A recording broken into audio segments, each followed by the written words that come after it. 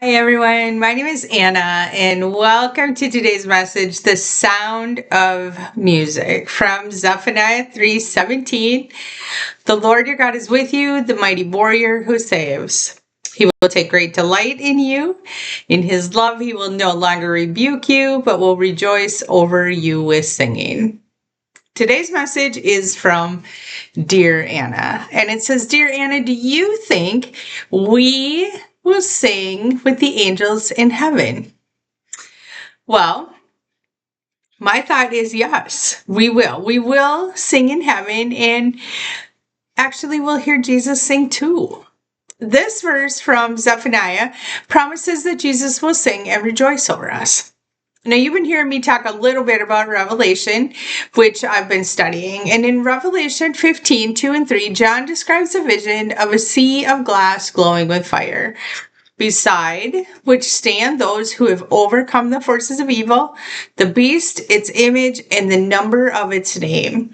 They hold harps given by God and sing the song of Moses and the Lamb. He heard angels singing in heaven, numbering thousands upon thousands and 10,000 times 10,000, encircling the throne.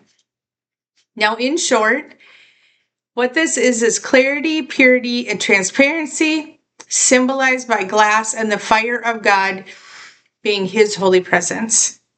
These are victorious people who have overcome sin, evil, and idolatry in the world that he is standing beside. The music is from harps, which represent worship and praise and joy of God's people, and we hold them as a symbol of victory, empowered by God as they sing. Now, what a magnificent thought that is if you can picture it in your own mind. They sing the song of Moses, which is the call to worship him, whose works are marvelous, and the song of the Lamb, which is reference to Jesus Christ, whose righteousness is revealed. They're singing God's presence because his plan and Jesus' death on the cross have been victorious over evil. This is the sound of the defeat of sin and death, being saved and set free. This is also the foreshadowing of the 7 angels who received the last 7 plagues, which marks the completion of God's wrath against evil. This, my friends, is the sound of justice.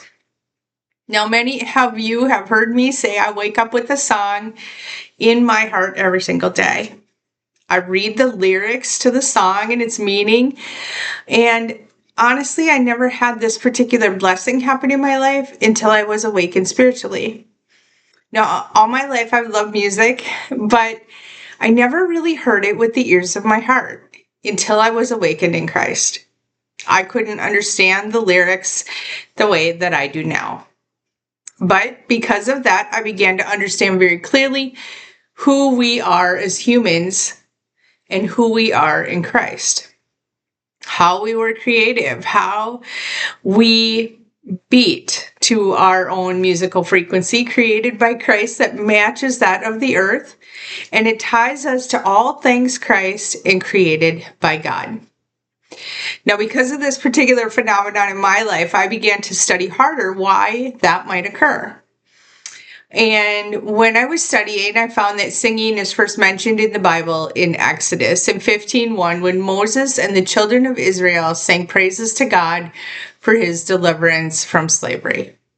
God had given Moses a song in praise of God's faithfulness to his word and commanded Moses to teach it to the nation of Israelites in Deuteronomy 31:19.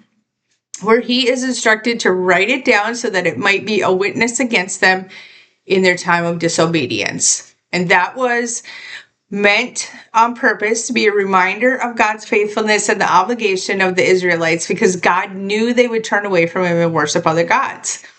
It was intended to remind them not to stray away. It was a warning tool for them. It was music that they would understand and they would know. But then I read Isaiah 26:19, and it says, But your dead will live, Lord, their bodies will rise. Let those who dwell in the dust wake up and shout for joy. Awake and sing. Your dew is like the dew of the morning. The earth will give birth to her dead.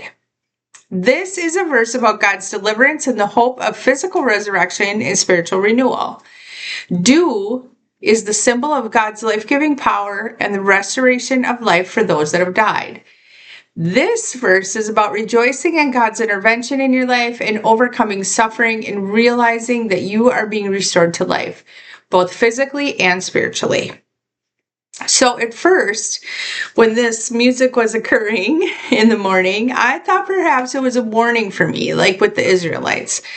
But I soon learned that these songs are musical lessons. I heard them everywhere. I still hear them everywhere, in the car, on TV commercials, in my head when I wake up, on the phone, while grocery shopping, while doing general everyday life. And I quickly realized that that is because music is the universal language that we share.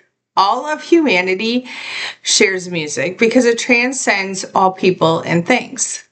Now, other examples of music is when during hospice, when many people say they hear music on their deathbed, and they testify that they've heard the music of heaven shortly before their physical earthly death.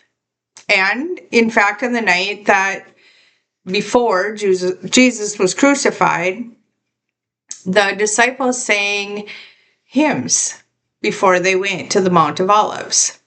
And honestly, Psalms is just a literal music book. And Psalm 118 is sung out loud by Jews at Passover. So, to answer your question, do I think we will sing with angels in heaven? I definitely do. And the thought of it, singing with the angels, is not only inspiring for me, but the thought that I would sing with Jesus and hear him sing, rejoicing over us, is a very loving and heavenly thought. My friends, in a world where you could be anything, choose to be love. Love is the answer. If this resonated with you, please like and share my post. And if you have a question for Dear Anna, please send it by direct message to our Facebook page. Questions are answered anonymously. Thank you for your donations to my divine mission and for helping me to keep my messages alive. I'll see you next time.